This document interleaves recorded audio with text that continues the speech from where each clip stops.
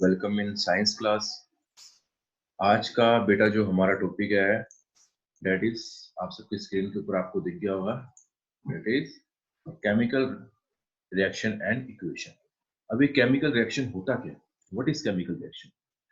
Chemical reaction जो भी हमारी डेली लाइफ के अंदर चेंजेस आ रहे हैं, these all are chemical reaction. Example के तौर पर मैं आपको बता देता हूँ, जैसे कि रस्टिंग ऑफ आयरन, लोहे को जंग लगना, जो कील होती है वो देखते हो जब उसको जंग लग जाती है तो उसका जो कलर है इट कैन बी चेंज, वो चेंज हो सकता है, चेंज होता ही है। That is also chemical reaction. उसके बाद अगर आप लकड़ी को जलाते हो, दैट इज कन्वर्टेड इनटू राख, वो ऐश के अंदर, राख के अंदर कन्वर्ट होती है, that is also a chemical reaction. उसके बाद अब जो दूध है, गर्मियों में कई बार होता है जो आपकी मम्मा दूध को फ्रिज में नहीं रखती, बाहर रख देती है तो दूध फट जाता है, that is also chemical changes, chemical reaction. तो ये सब जो चीजें हैं ये केमिकल रिएक्शन के अंदर आ जाती है। बर्निंग ऑफ वुड में, रस्टिंग ऑफ आयरन में, जो भी जो चेंजेस, हम जो खाना खाते हैं वो पच जाता है, that is also a chemical reaction. तो ये सब बेटा ये जो क्या है, ये होते हैं केमिकल रिएक्शन। उसके बाद नेक्स्ट पॉइंट आ जाता है कि केमिकल रिएक्शन होता क्या है, किन किन चीजों के ऊपर बेस होता है।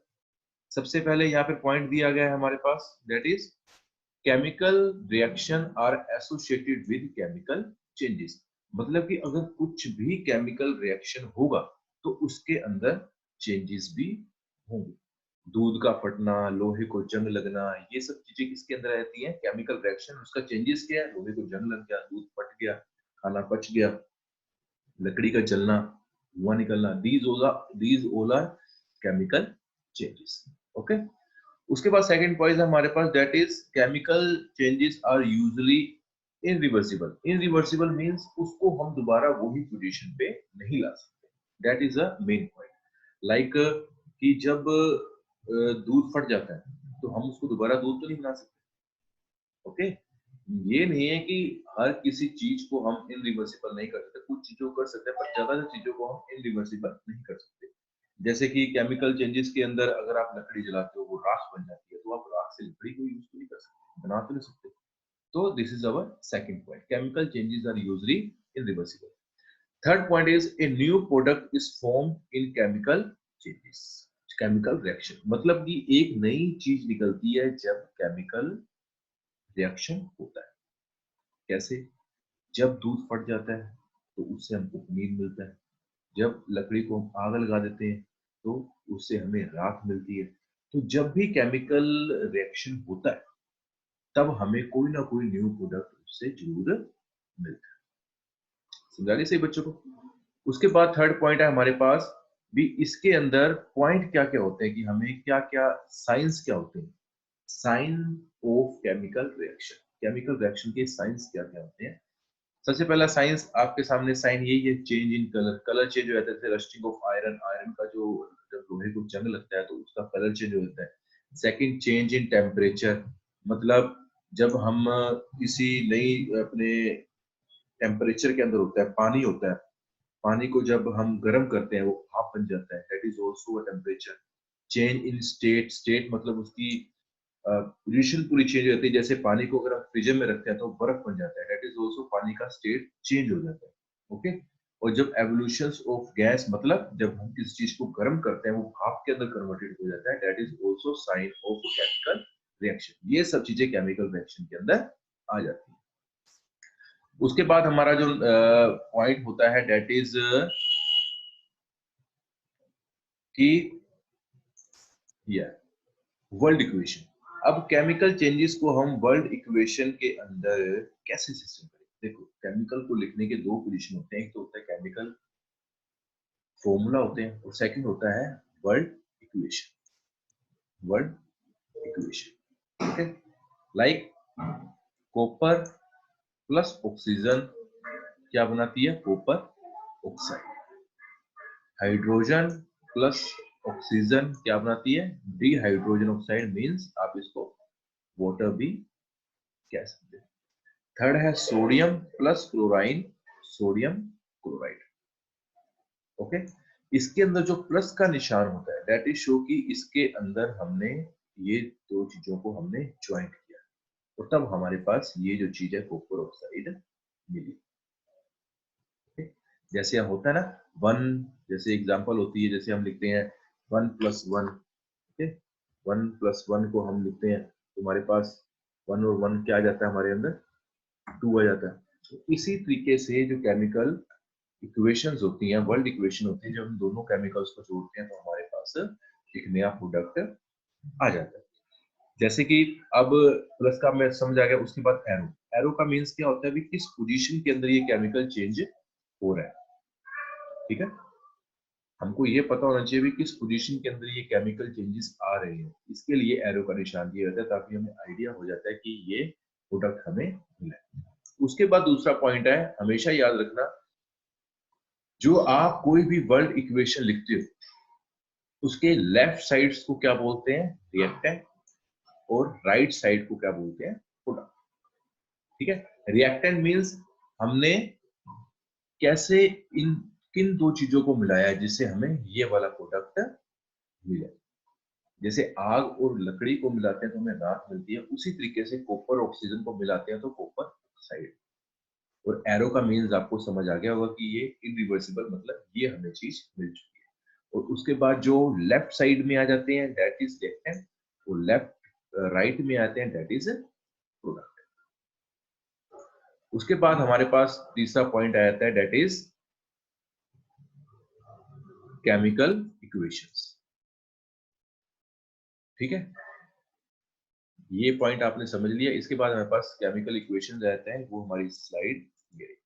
अब हमने वर्ल्ड इक्वेशन तो समझ ली थी, मैंने कहा था केमिकल को लिखने के लिए दो चीजें, एक होता है उसको हम वर्ड में लिख सकते हैं, दूसरा उसको हम केमिकल फॉर्मूले के साथ लिख सकते हैं। उसके लिए आपको पीरियोडिक टेबल पूरा याद होना चाहिए, तभी आप उसको केमिकल फॉर्मूले के हिसाब से लिख सकते हो। और बहुत ही इजी होता है केमिकल फॉर्मूला से लिखना वर्ल्ड इक्वेशन।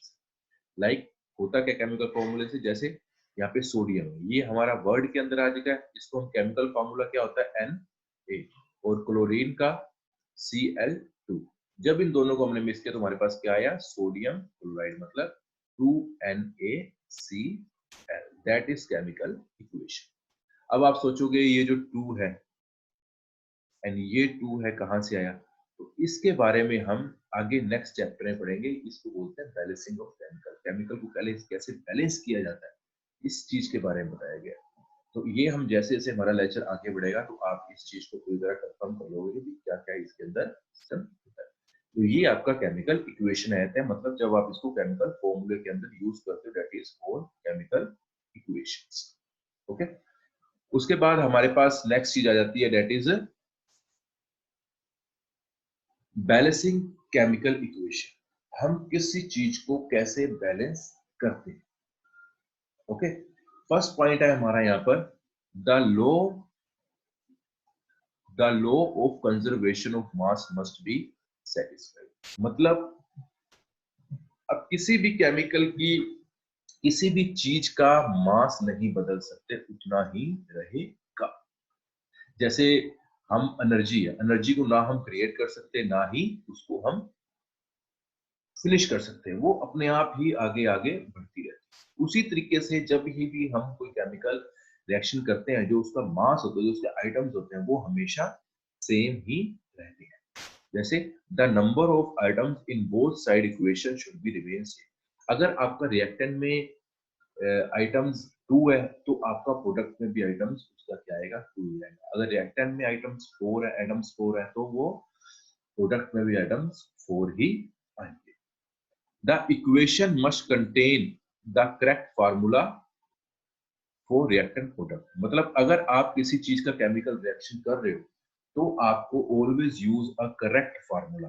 अब जैसे कि सल्फ्यूरिक एसिड है, आप सल्फ्यूरिक एसिड को HCl तो नहीं लिख सकते, आपको क्या लिखना पड़ेगा, H2SO4। ये इसका रियल फार्मूला, आप उसको HCl से कन्वर्ट नहीं कर सकते। अगर आपका रिएक्टेंट में ही फॉर्मूला गलत हुआ तो आपको जो आंसर, आपका जो प्रोडक्ट मिलेगा वो भी गलत। तो आपको रिएक्टेंट में जो फॉर्मूला है, केमिकल फॉर्मूला, वो ही आपको करेक्ट लिखना पड़ेगा, राइट। उसके बाद हमारा जो लास्ट टॉपिक आता है दैट इज दिस। अब जैसे मैंने आपको बताया था कि आप उस टाइम देख रहे थे कि 2HCl कहां से आया, ये 2 पावर है, ये कहां से आई है। हमने फॉर्मूला तो कर लिया था, लेकिन ये जो आइटम्स हैं, ये पावर्स हैं इनकी, ये सेम कैसे आ जाती हैं? तो मैंने जैसे आपको बताया था, वी रिएक्टेंट और प्रोडक्ट के जो आइटम्स वो बिल्कुल सेम रहते हैं, उनमें कोई चेंजेस नहीं आती। जैसे हमारे पास यहाँ पर है जिंक और यहाँ पर हमारे पास है सल्फ्यूरिक एसिड। ओके, जब इन दोनों को मिलाया तो हमारे पास क्या मिला? जिंक सल्फेट और हाइड्रोजन। ओके, तो एरो का मतलब आपको पता लग चुका है कि ये रिएक्शन हमें मिल रहा है, मतलब इनरिवर्सिबल है, इसको आप दोबारा रिवर्सिबल नहीं कर सकते। इस एरो का मीन्स होता है इनरिवर्सिबल, मतलब आपने इससे एक चीज बनानी है लेकिन आप दोबारा उसको उसी चीज में कन्वर्ट नहीं कर सकते। तो हम यहाँ पर देखते हैं कि हमारा जो केमिकल जो हमने फॉर्मूला लगाया वो सही है कि नहीं। सबसे पहले ये फॉर्मूला एलिमेंट्स का बनता है। आपको ये जो समीकरणस होती है, इक्वेशंस होती है, आपको इजी हो जाएगी समझने की ये कैसे सोल्व होती है।